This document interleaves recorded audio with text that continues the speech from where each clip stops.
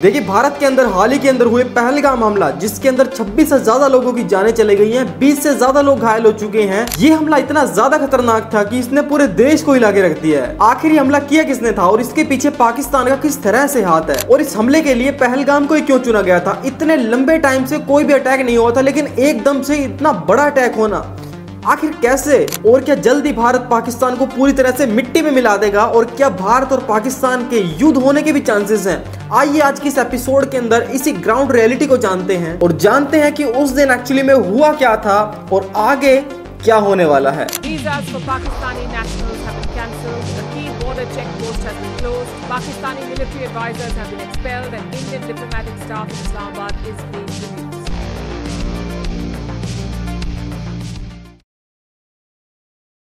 देखिए उस दिन तारीख थी 22 अप्रैल और दिन था मंगलवार। दोपहर के ठीक 2:45 हुए थे।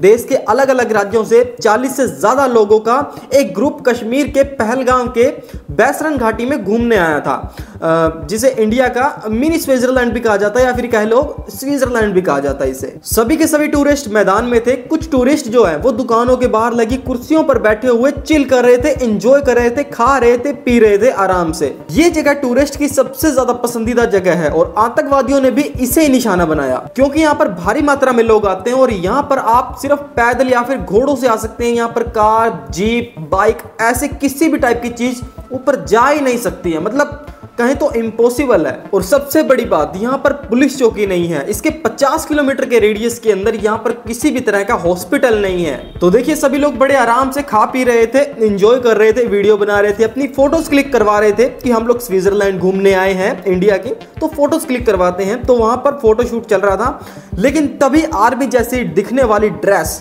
नकाब पहनकर 5 आतंकवादी इस घाटी में घुस जाते हैं, जिसमें से 3 पाकिस्तानी और 2 कश्मीरी थे।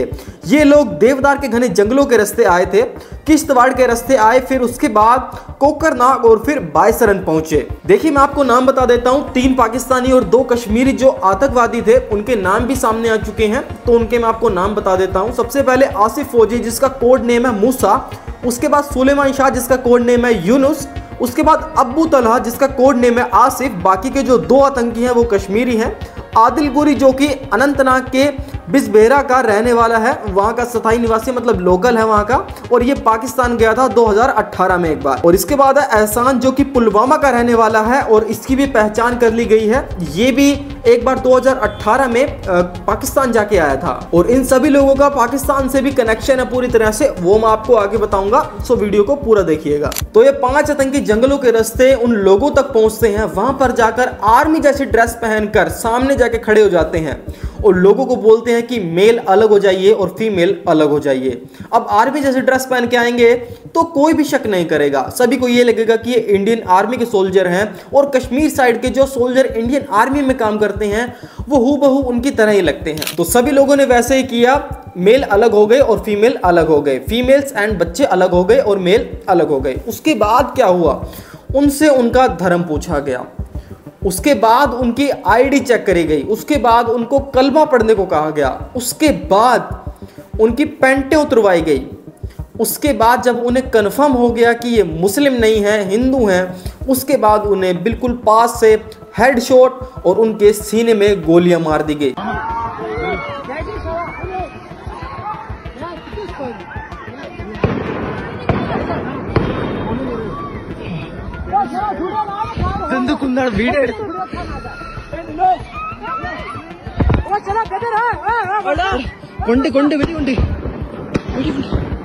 लगभग 50 राउंड फायरिंग हुई और उसके बाद वहां पर पूरी तरह से भगदड़ मच गई।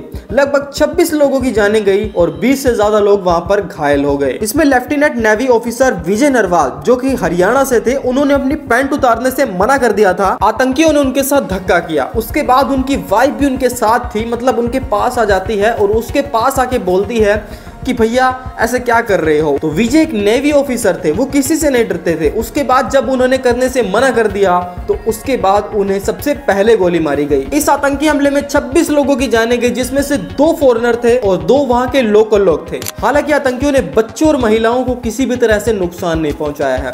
एक महिला जो कि वहां पर आतंकियों को बोल रही थी कि भैया मुझे भी मार दीजिए, तो आतंकी ने उसको ये कहते हुए कहा कि नहीं मैं तुम्हें नहीं मारूंगा, तो मोदी को जाके कहो। जब मेरे पति को मारा है ना, हम दोनों को भी मार दो।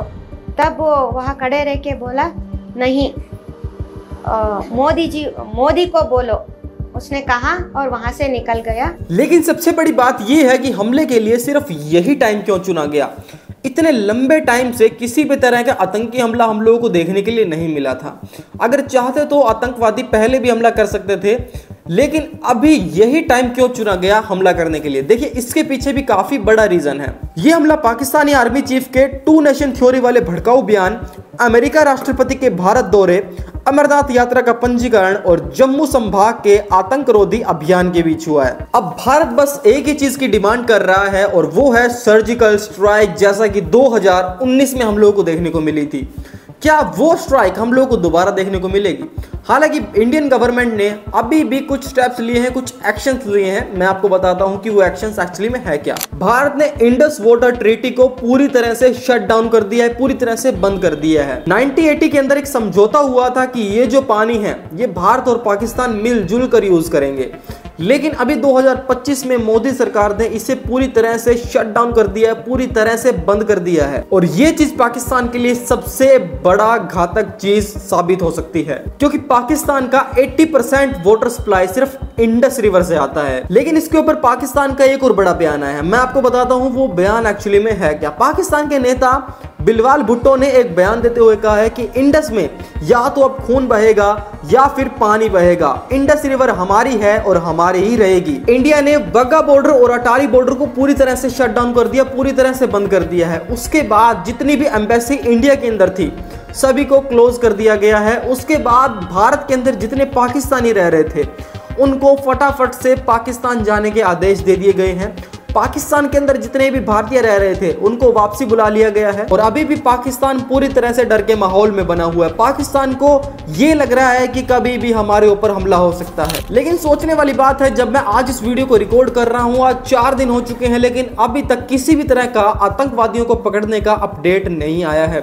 हालांकि उनके जो सपोर्टर होते हैं उनको पकड़ने की जरूर न्यूज आ रही है, लेकिन किसी भी तरह के मेन खिलाड़ी को पकड़ा नहीं गया है अभी तक। Full scale search operation back to back चलाए जा रहे हैं। आर्मी ने पूरे एरिया को सील कर दिया है, जंगल को पूरी तरह से छाना जा रहा है।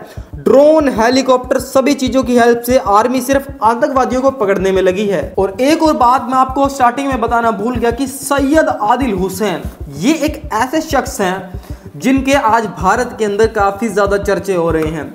सैयद आदिल हुसैन एक ऐसे शख्स हैं, एक ऐसे लोकल कश्मीरी हैं, जब इन पर गोलियां चलाई जा रही थी तो ये बीच में आ गए और आतंकवादियों से सवाल किए कि इन बेगुनाहों के ऊपर आप गोलियां क्यों चला रहे हो।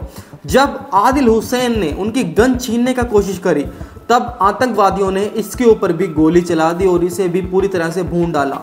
और मैं आपको बता दूं कि इस हमले की जिम्मेदारी भी पूरी तरह से ले ली गई है। इस हमले की जिम्मेदारी पाकिस्तान आतंकी संगठन लश्कर-ए-तैयबा से जुड़े एक group the resistance front TRS ने ली है। अगर खुफिया एजेंसियों की माने तो इस हमले का मास्टरमाइंड लश्कर-ए-तैयबा का डिप्टी चीफ सैफुल्लाह खालिद है। बताया जा रहा है सैफुल्लाह खालिद आतंकी सैयद हाफिज का बेहद करीबी है और यहाँ तक कि पाकिस्तान की सेना खुद इसका फूलों के साथ स्वागत करती है। पहलगाम आतंकी हमले से 2 महीने पहले सैफुल्लाह खालिद पाकिस्तान के पंजाब के कंगनपुर पहुंचा और वहां पर जाकर पाकिस्तानी सेना के कर्नल जाहिद जरीर खटक ने जिहादी भाषण देने के लिए वहां बुलाया और पाकिस्तानी सेना के खिलाफ उनको भड़काने की भी कोशिश करी। देखिए, ये तो साफ हो गया है कि ये हमला एक सोची समझी साजिश थी। आतंकवादी काफी लंबे टाइम से वेट कर रहे थे कि कब सही मौका आए और कब हम अटैक कर दें, लेकिन अब भारत पाकिस्तान के ऊपर पूरी तरह से हमला करने का सोच रहा है। पाकिस्तान के ऊपर कुछ ऐसा करने का सोच रहा है जिसके बारे में आतंकवादियों ने सोचा भी नहीं होगा। भारत के साथ अगर मैं आप लोगों को बताऊं तो पूरी तरह से अमेरिका साथ खड़ा हुआ है,